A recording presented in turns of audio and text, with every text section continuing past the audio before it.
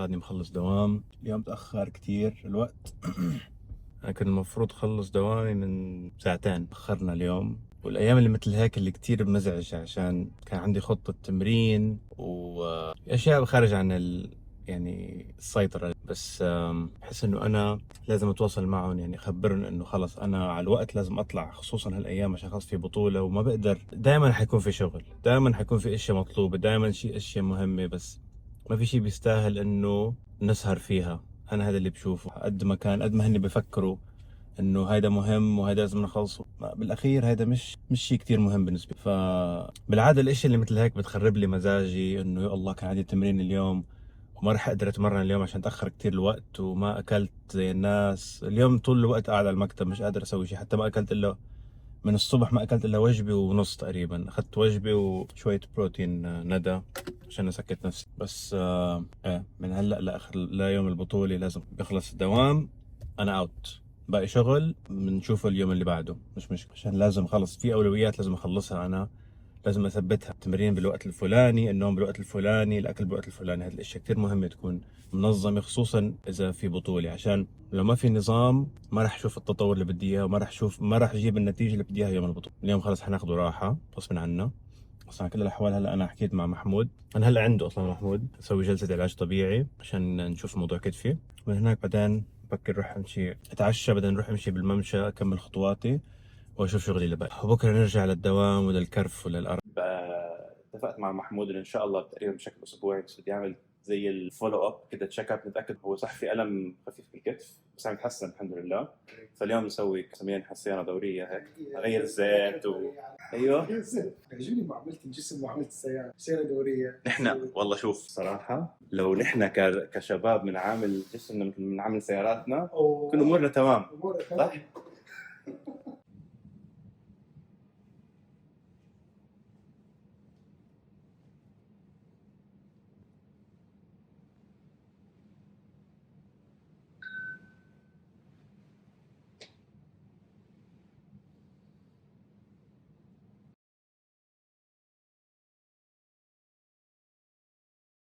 وصلنا المكتب.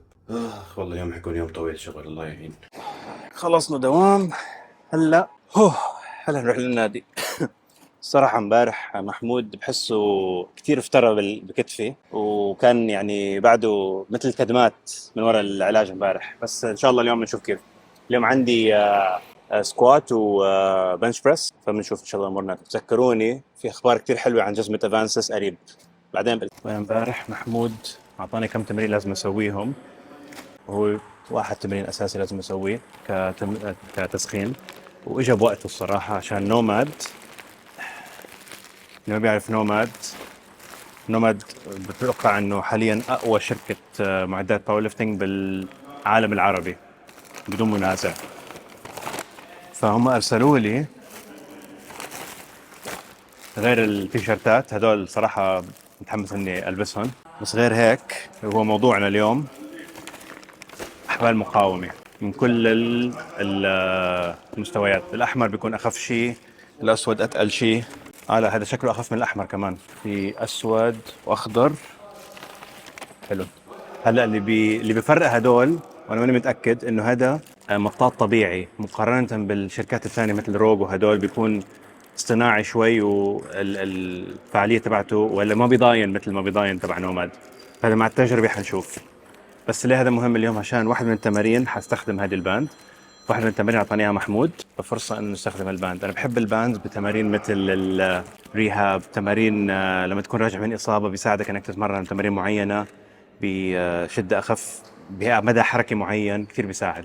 بس اني استخدمها بتمريني كتمرين اساسي مش كتير. في إلها مكانة برياضات معينة، بس كباور ليفتر ما كتير بحس انه شيء ضروري الواحد يكون عنده يستخدم المطاط باثناء التمرين. لكن في إلها مكانه. بس حاليا انا ما بستخدمه بالتمرين. هلا حاستخدمه كعلاج، كجزء من العلاج الطبيعي. فحفرجيكم التمرين اللي وراني يا محمود. هلا الفكرة من اللي حسويه هلا، عشان انا كتفي المشكلة اللي عم عاني منها انه المفصل نفسه مش متحرك بمكانه الصحيح. فهذا من التمارين اللي الحبل المقاومة حيسحب كتفي شوي لبرا، وانا ححركه بدوران خارجي وداخلي على اساس نرجع نحاول نرجع الكتف في مكانه بشكل صحيح يعني. فهذه من التمارين. فالحبل مسحبني لهناك، راح اثبت كتفي هنا. اوكي انا هيك حاسس الحبل عم يسحب كتفي لبرا، وبس هحرك لجوا لبرا. انا حتى بهالحركه حاسس الالم اللي بيألمني عاده بالبنش، حاسس هنا. ان شاء الله هذه تكون حل. فهذه من التمارين العلاج الطبيعي. طبعا انا حلعب بالزوايا كمان، ارفع كوعي شوي، انزل كوعي مع الحركه، امسك كوعي زي 90 فوق شوي عشان اضرب الزوايا كلها. احاول انه ارخي كتفي شوي. والحمد لله مع العلاج اصلا كثير الالم خف. واليوم اصلا كمان حنشيل البنش بس عده واحده RPE 8، فالوزن ما راح يكون خفيف. ان شاء الله بنشوف كيف الوضع. هذه اول جلسه، هعمل لي كمان جلستين وبعدين ندخل على اللي بعده اللي وريتكم اياه المره اللي فاتت. طيب مدام عشان الباند جديد شوي علم على القميص، ف كويس انه عندنا قميص. واو والله الخامة كتير مريحة، شكله والله شكله حلو فخم. بينزل والله مريح بشكل. اوكي صراحة فاجأني شوي التيشيرت، حسه نايس. نفس نفس الشيء اللي سويته آخر مرة، بمشي الكروس بول على الكتف الأمامي. يلا بسم الله نبدأ.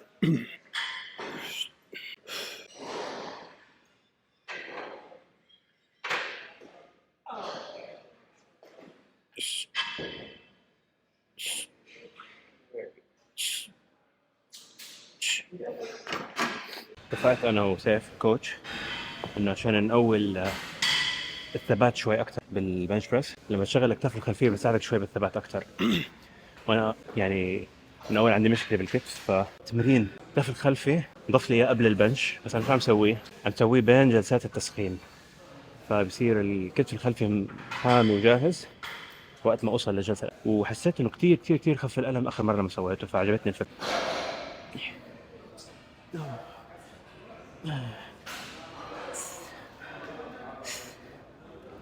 أوكي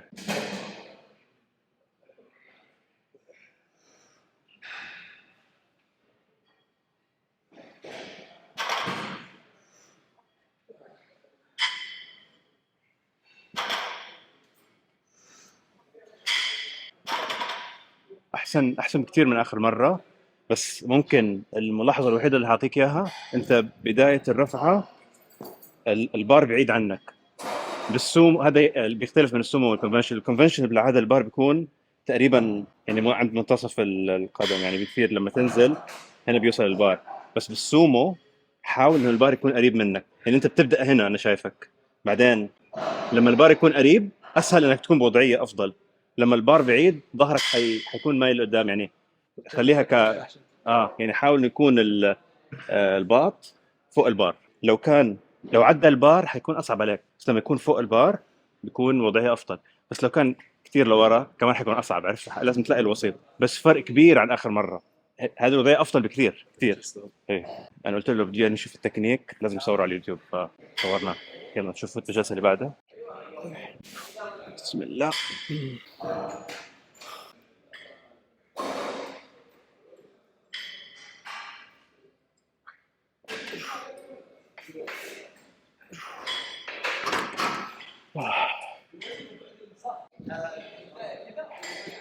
هذا بس ثاني يوم بلعب فيها هذه الستراب. يلا شوي شوي تتعود على اسوي. سوري مش ستراب، هذه راب. بس راب دائما بتلخبط بين الاثنين.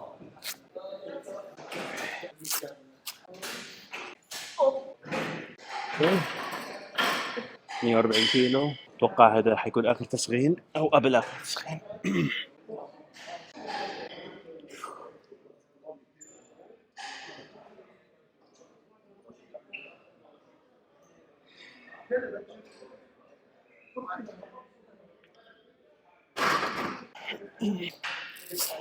والله الجلسة الأساسية حتكون 160 كيلو إن شاء الله.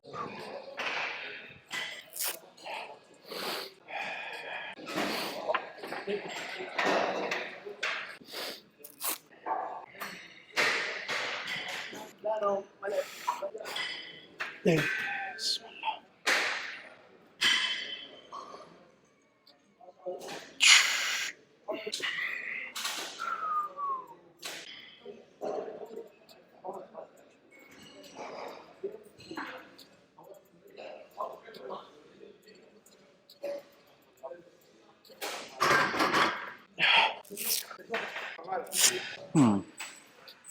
يعني الحمد لله ما في ألم، بس هذه أهم نقطة. بس القوة لسه ما رجعت كلها، الحمد لله مبسوط صراحة. خطوة منيح. أنا بعد ما رجعت الفيديو الصراحة التكنيك مش كل هالقد، في بيحتاج شوية تعديل، بس هذا الشيء متوقع عشان لما تكون راجع يكون عندك ألم بالماضي ترجع لتمرين وزن شوي يعني ثقيل، حيكون في خوف، حيكون في تردد، هذا شيء طبيعي. بس أكثر شيء أنا مبسوط فيه إنه قدرت أشيل هالوزن بدون أي نوع من ألم، فهذا شيء كثير منيح. بس لازم شوي نظبط التكنيك بالأسابيع اللي جاية عشان لو بدنا نجيب رقم محترم شوي بالبطولة. على كل الأحوال شيء مبسوط فيه. فهلا نزلت الوزن ل 140، حنلعب عدتين، بعدين حننزل الوزن كمان مرة ونلعب جلستين 6 عدات. هلا بالتمارين بالجلسات الباقية هيدي ححاول ركز شوي أكثر على التكنيك، مادام خلص بحس الخوف والوسوسة من الألم ما راحت 100%، بس يعني خفت شوي مادام جبت هالوزن. فهلا شوي بحاول إني أدقق بالتكنيك أكثر.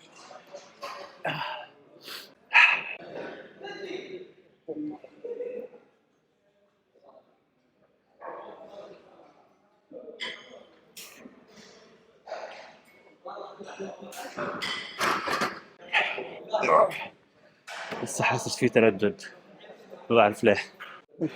يلا هلا جلستين 6 عدات، هلا بدون الراب.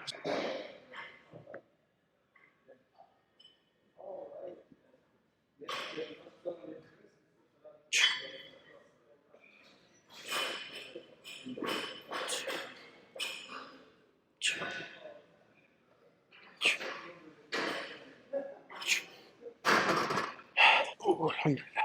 هلا عندي سكوات، بس مش سكوات عادي، تمبو 600. شو يعني؟ يعني النزول 6 ثواني. يعني شو؟ يعني تمرين كريه كريه. يلا خلينا نشوف قد ايه حنلعب اللي. وعشان النزول 6 ثواني طبعا الوزن ما راح يكون كثير، حيكون متعب. الله يسامحك يا سيف، تحب تساعدني بتعطينا تمرين سهل طيب.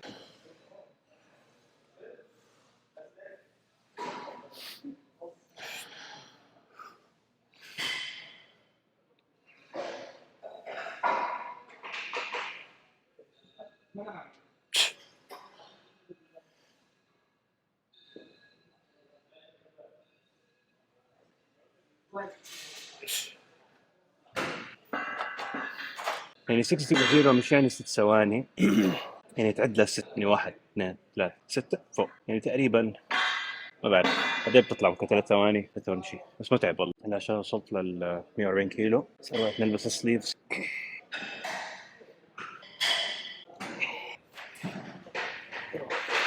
أنا فاكر أول مرة لما اشتريت السليفز كانوا بتعبوني باللبس، بس هلا تعودت عليهم وكمان يعني صاروا لينين أكتر. لسه بتعبوا، إنه هلا مع التضخيم هذه صارت أكبر، وحتى البط صار أكبر، فيعني لسه صعبة. لما فت 140 كيلو بحس إنه الرابس هدول أكثر شيء ححس فرق فيهم هو بالسكوات أكثر من البنش، عشان أنا أصلا بشكل عام بالبنش أصلا احتمال كبير هنفكر هلا إني ما ألبس رابس بالجلسة بالأسبوع الجاي. أنا مش معود كثير عليهم ما في داعي نغير هلا. سكوات بحس حيفرق معي هلا إن شاء الله. شوف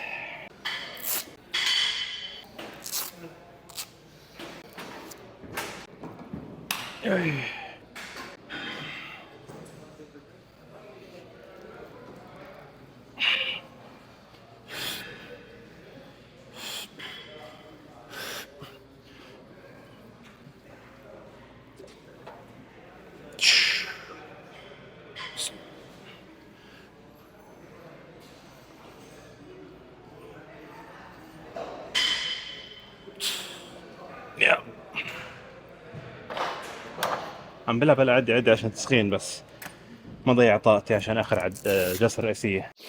يلا نجرب ال 200 كيلو. الشيء اللي بكرهه بهالتمرين مش بس انه النزول طويل، عشان النزول طويل لازم تحبس نفسك لفترة أطول. مع الحزام أحس إنه راسي حينفجر، هذا شيء مزعج. يلا بسم الله. بس الحمد لله اليوم ما في باك أوف بهذا التمرين، هلعب التوب ست هذه وخلص بسكوات، بعدين خش على الأكسسوارز اللي لليوم.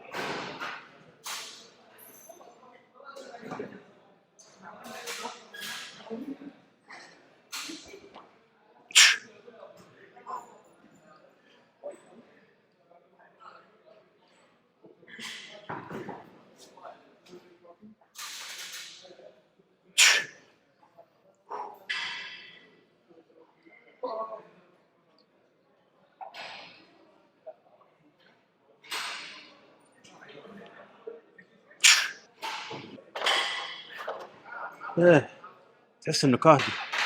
إيه ليه؟ الله عليك. يعطيك العافية. many pages 200 هاي الحمد لله. أنا الفترة هاي استبدلت الليج بريس العادي بهذا الليج بريس بالجهاز.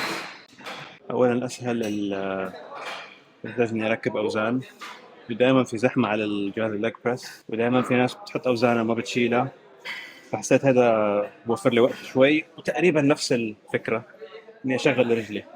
كمان وضعيته بتخليني أشغل الأفخاذ أكثر عشان بكون جالس أكثر، فتجربة حلوة هلا الأسابيع اللي جاي. بسم الله. يب.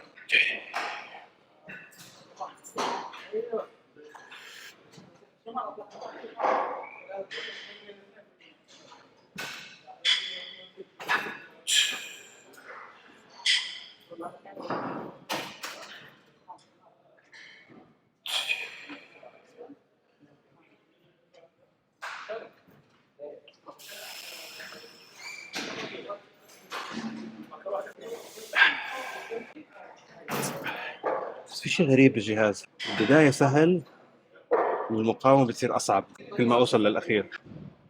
حلو، يلا كمان جلستين وبعدين بروح التمرين اللي بعده. مدى حركي كامل.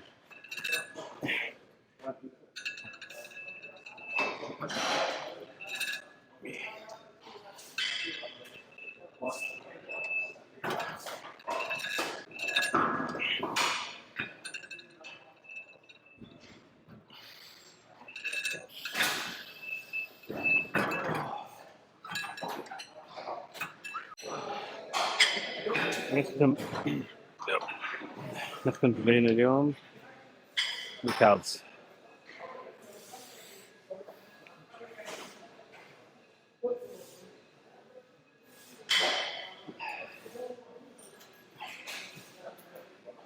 السر في هذا التمرين اللي خلاني عن جد فرق معي اني اكبر الكالز، نزول متحكم بطيء، مدى حركي كامل على الاخير، تطلع تمسك فوق ثانية، تنزل نزول متحكم مدى حركي كامل. حيغصبك انك تنزل الاوزان شوي، لكن صراحة فرق معي كتير.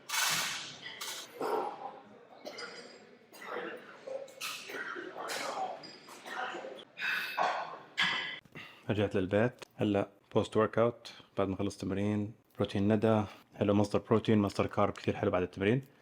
خلصوا نريح شوي، نشتغل شوي، بعدين ناكل اخر وجبه قبل ما ننام، ونرجع نعيد يومنا تاني بكره بالدوام. بس مفكر انا عشان عم متبع نفسي انه مش كثير عم كمل خطواتي، مفكر بكره الصبح امشي قبل الدوام. فنشوف نجرب نصحى شوي بدري، نمشي قبل الدوام على اساس لما نخلص تمرين بكره بكون خلصت خطواتي ان شاء الله. فنشرب هذا بعدين نتعشى ان شاء الله.